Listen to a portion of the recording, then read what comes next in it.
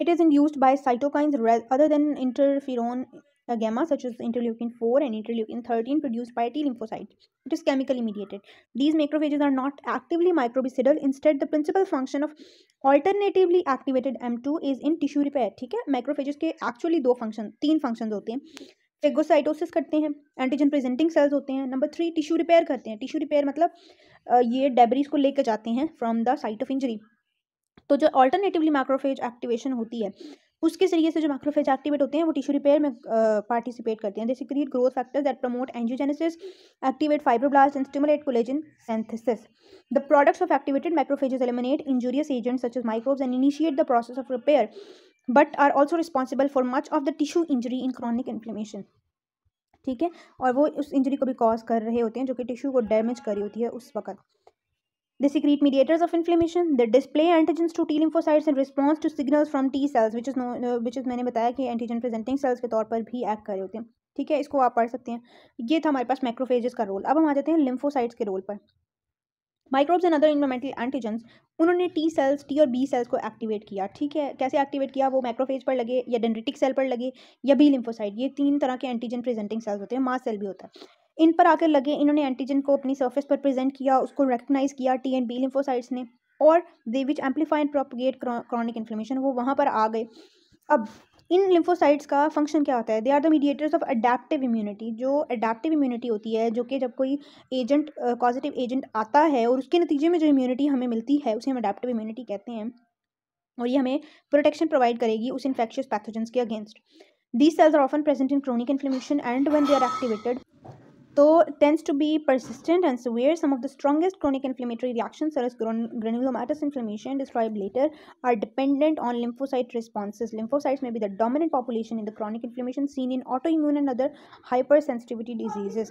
By virtue of their ability to secrete cytokine CD4 plus T lymphocytes promote inflammation. अब हमारे पास जो T cells आए हैं inflammation के अंदर, CD4 टी सेल्स, उनकी 3 डिफरेंट टाइप्स हैं जो कि डिफरेंट केमिकल सिक्रीट करती हैं, जिनका इन्फ्लेमेशन को इंक्रीज करने में डिफरेंट तरह का रोल होता है. ठीक है, कौन कौन से टी सेल्स हैं? उनमें से हमारे पास है TH1 cells, TH2 cells, TH17 cells. 1 cells interferon gamma secrete करते हैं, ये वाले ये, और इंटरल्यूकिन 17 सिक्रीट करते हैं TH17 सेल्स. अब ये करते क्या हैं कि जो हमारे पास TH1 सेल्स हैं, they activate macrophage by the classical pathway. ठीक है, जो TH2 सेल्स हैं ये हमारे पास ईओसिनोफिल्स और मैक्रोफेज एक्टिवेशन के अल्टरनेटिव पाथवे को एक्टिवेट करते हैं. और जो TH17 सेल्स हैं, they induce the secretion of chemokines responsible for recruiting neutrophils into the reaction.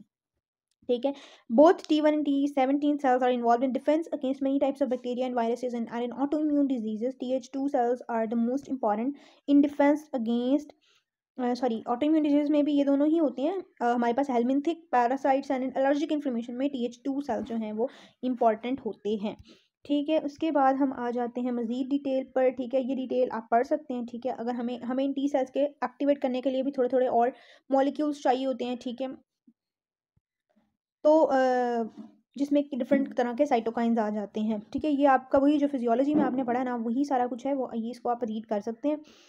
ठीक है, यहाँ पर एक और बात लिखी है. In some chronic inflammatory reactions the accumulated lymphocytes, antigen presenting cells, plasma cells, ये तीनों क्लस्टर बनाकर लिम्फॉइड स्ट्रक्चर्स की तरह के क्लस्टर बना लेते हैं. ठीक है, जिनको हम टर्शरी लिम्फॉइड ऑर्गन्स कहते हैं. ठीक है, ये हमें पेशेंट्स के साइनोवियम में यानी पेशेंट के जॉइंट्स में, ठीक है, जैसे रूमेटॉइड आर्थराइटिस के पेशेंट्स में लॉन्ग स्टैंडिंग क्रॉनिक इन्फ्लेमेशन होती है तो वहाँ पर नज़र आते हैं. ठीक है, और ये हमें थायराइड इन हाशिमोटो थायराइडाइटिस में और को हेलिकोबैक्टर पाइलोरी के इन्फेक्शन में गैस्ट्रिक म्यूकोजा में नज़र आते हैं. इसके अलावा क्रॉनिक इन्फ्लेमेशन के सेल्स हैं ईओसिनोफिल्स, जो कि एलर्जी और हाइपर सेंसिटिविटी रिएक्शंस में और इम्यून रिएक्शंस में रिलीज होते हैं. ठीक है, ईओसिनोफिलिक ग्रेन्यूल्स होते हैं इनके पास. मास्ट सेल्स होते हैं. मास्ट सेल्स हमारे पास ये भी हाइपर सेंसिटिविटी में रिलीज होते हैं. ठीक है, और हिस्टामीन और प्रोस्टाग्लैंडिन्स रिलीज करते हैं ये, और IgE एंटीबॉडीज़ के साथ मिलकर वर्क करते हैं. ठीक है, this type of response occurs during allergic reactions to food, insect venom और ड्रग्स, जिसकी वजह से समटाइम्स बहुत ह्यूज लेवल पर ये हो जाए तो एनाफाइलेक्टिक शॉक में चला जाता है पेशेंट. ठीक है, उसके बाद न्यूट्रोफिल्स भी आ जाते हैं. Neutrophils are the characteristic cells of acute inflammation, but कुछ क्रोनिक सेल्स में भी आपको थोड़े थोड़े जो बहुत लॉन्ग लास्टिंग. अच्छा, क्रोनिक इन्फ्लेमेशन में आपको न्यूट्रोफिल्स कब कब मिल सकते हैं? उस वक्त जब एक्यूट क्रोनिक में चेंज हो रही है. अगर आपने उस टाइम सैंपल लिया है तो आपको न्यूट्रोफिल्स मिलेंगे. ठीक है, अगर क्रोनिक इन्फ्लेमेशन के ऊपर अगेन एक्यूट इन्फ्लेमेशन हो गई है उसके इसी टिश्यू में किसी और जगह पर, तो आपको न्यूट्रोफिल्स मिलेंगे. ठीक है, induced either by persistent microbes or by cytokines and other mediators produced by activated macrophages. कुछ टिश्यूज में ये वैसे भी होते हैं. They are important in the chronic damage induced in lungs by smoking, क्योंकि स्मोकिंग की वजह से एक्यूट हो रहा है पहले, और वो लॉन्ग लास्टिंग की वजह से क्रोनिक इफेक्ट भी पड़ रहा है. ठीक है, तो इस हम इन्फ्लेमेशन को एक्यूट ऑन क्रोनिक भी कहते हैं. उसके बाद हमारे पास एक और इन्फ्लेमेशन की टाइप आ जाती है, क्रोनिक इन्फ्लेमेशन की ही सब टाइप है, ग्रेनुलोमैटस इन्फ्लेमेशन. ये एक खास क्रोनिक इन्फ्लेमेशन की फॉर्म है जिसमें इस इन्फ्लेम्ड एरिया के अंदर ग्रेनुलोमास बन जाते हैं. ठीक है, और ग्रेनुलोमास क्या होते हैं? एग्रीगेशन होती है एक्टिवेटेड मैक्रोफेजेस की with T lymphocytes and sometimes associated with central necrosis. ठीक है, अच्छा, ग्रेनुलोमा की फॉर्मेशन के डिफरेंट स्टेप्स हैं. सबसे पहले जो चीज़ बनती है उसको हम एपिथेलॉइड सेल्स कहते हैं. ठीक है, उसके बाद हमारे पास बनते हैं जाइंट सेल. ठीक है, उसके बाद हमारे पास बनता है ग्रेनुलोमा. ठीक है, अब अगर हम इसको रीड करें, द एक्टिवेटेड मैक्रोफेजेस में develop abundant cytoplasm and begin to resemble epithelial cells. Sometimes ये होता है कुछ तरह की डिजीजेस में कि वो एपिथेलियल लाइक कैरेक्टरिस्टिक्स ले लेते हैं, उनका साइटोप्लाज्म बड़ा हो जाता है और वो एपिथेलॉइड सेल्स कहते हैं हम उनको. फिर ये जो एपिथेलॉइड सेल्स हैं, ये एपिथेलॉइड सेल्स ग्रेनुलोमा की फॉर्मेशन में पार्टिसिपेट करते हैं. एक और अपीयरेंस ये होती है कि मैक्रोफेजेस काफ़ी सारे इकट्ठे हो जाते हैं. ठीक है, और सिंगल साइटोप्लाज्म के अंदर देयर आर मेनी मैक्रोफेजेस और उनके न्यूक्लियाई पड़े होते हैं. इसको हम कहते हैं giant cell, multinucleated giant cell. उसके बाद granuloma formation is a cellular attempt to contain an offending agent. अब जो ग्रेनुलोमा होता है ना, epithelioid cells convert into granuloma. कैसे? हमारे पास ग्रेनुलोमा के अंदर पेरिफेरी में जो हमारे पास मैक्रोफेजेस होते हैं और सेंटर में वो जो भी कॉज होती है, वो बैक्टीरिया है, वायरस है, एंडोजेनस है, एक्सोजेनस है, उसको सराउंड कर लेता है ग्रेनुलोमा. ठीक है, तो ये होता है ग्रेनुलोमा का फंक्शन, ताकि वो साथ वाले टिश्यू को इंजर ना करे. ठीक है, और ग्रेनुलोमा की भी आगे दो टाइप्स हैं, इम्यून ग्रेनुलोमास. ठीक है, और फॉरेन बॉडी ग्रेनुलोमास. फॉरेन बॉडी ग्रेनुलोमास क्या होंगे? कोई एंडोजेनस सब्सटेंस भी हो सकता है, लाइक टिश्यू, लिवर का टिश्यू है, वो लिवर में होना चाहिए, वो कहीं और है तो वो वहाँ के लिए फॉरेन है, उसको सराउंड कर सकते हैं ग्रेनुलोमा से. ठीक है, और कोई बाहर से फॉरेन बॉडी है, वो हो सकती है सूचर्स हैं और दूसरी चीज़ें, जैसे जो लंग्स के अंदर अगर ट्यूबरक्लोसिस में देखें तो हम जो माइकोबैक्टीरियम ट्यूबरक्लोसिस है उसके अगेंस्ट फॉरेन बॉडी उनके अगेंस्ट ग्रेनुलोमा बनाते हैं, but that was not foreign body granuloma. वो हमारे पास जो है वो भी हमारे पास एक ग्रेनुलोमा की जो है वो टाइप हो जाती है. अच्छा, इम्यून ग्रेनुलोमास का क्या होते हैं? जो कि हमारे पास immune response, this type of immune response produces granulomas usually when the inciting agent cannot be readily eliminated such as persistent microbe or self antigen.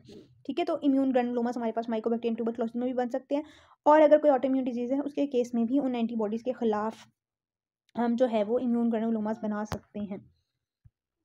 उसके बाद क्या है कि मॉर्फोलॉजी क्या होती है? In usual H and stain tissue samples the activated macrophages in granulomas, उनकी pink cytoplasm होता है और सेल बाउंड्रीज इंडिस्टेंट होती हैं. इनको हम एपिथेलॉइड सेल्स कहते हैं जो ग्रेनुलोमास के अंदर होते हैं. एपिथेलियल लाइक अपीयरेंस होती है, बट उनकी सेल बाउंड्रीज थोड़ी इंडिस्टेंट होती हैं, न्यूक्लियस थोड़ा सा आपको फ्लैटेंड सा नजर आएगा. A collar of lymphocyte surrounds the aggregates of epithelioid macrophages. अब इन एपिथेलॉइड मैक्रोफेजेस को लिम्फोसाइट्स ने सराउंड किया होता है. ओल्डर ग्रेनुलोमास में आपको फाइब्रोब्लास्ट और कनेक्टिव टिश्यू की रिम भी नजर आएगी, क्योंकि साथ साथ हीलिंग भी चल रही है. Frequently but not invariably multinucleated giant cell are found in granulomas. These are called Langhans giant cells. ठीक है, जो स्पेसिफिकली जिसमें हमारे पास मल्टी न्यूक्लिएटेड जाइंट सेल भी होता है ग्रेनुलोमा के अंदर. They consist of a large mass of cytoplasm and many nuclei. Granuloma is associated with certain infectious organisms, जैसे Mycobacterium tuberculosis है, often contain a central zone of necrosis. Grossly, this has a granular cheesy appearance. ठीक है, अगर आपको याद हो तो necrosis की टाइप में हमने पढ़ा था कि जो ट्यूबरक्लोसिस का केस होता है उसके अंदर केजियस नेक्रोसिस होती है, चीज़ लाइक अपीयरेंस होती है. जब उसके अगेंस्ट ग्रेनुलोमा बनता है ना, तो वो जो चीज़ लाइक टिश्यू होता है जो नेक्रोज हुआ होता है वो सेंटर में आ जाता है. ठीक है, और साइड पे ग्रेनुलोमा बन जाता है. ठीक है, और उस ग्रेनुलोमा के अंदर हमारे पास जाइंट सेल्स भी होती हैं जिनको हम लैंगहैंस जाइंट सेल कहते हैं. ठीक है, caseous necrosis microscopically this necrotic material appears as amorphous structureless eosinophilic granular debris with lots of cellular details. The granulomas in Crohn's disease, sarcoidosis and foreign body reactions tend not to have necrotic centers. ठीक है, उनमें non caseating होते हैं. ये आपने याद रखना है कि ट्यूबरक्लोसिस का जो ग्रेनुलोमा होता है वो केजिएटिंग होता है. अभी हम ग्रेनुलोमास की डायग्राम भी देखते हैं, उससे फिर आपको ज़्यादा अच्छा क्लियर हो जाएगा. इन डिजीज़ के अंदर क्योंकि केजियस नहीं होता तो हम उसको नॉन केजिएटिंग कहते हैं. Healing of ग्रेनुलोमास is accompanied by fibrosis which may be extensive. ठीक है, तो फाइब्रोसिस हो जाती है.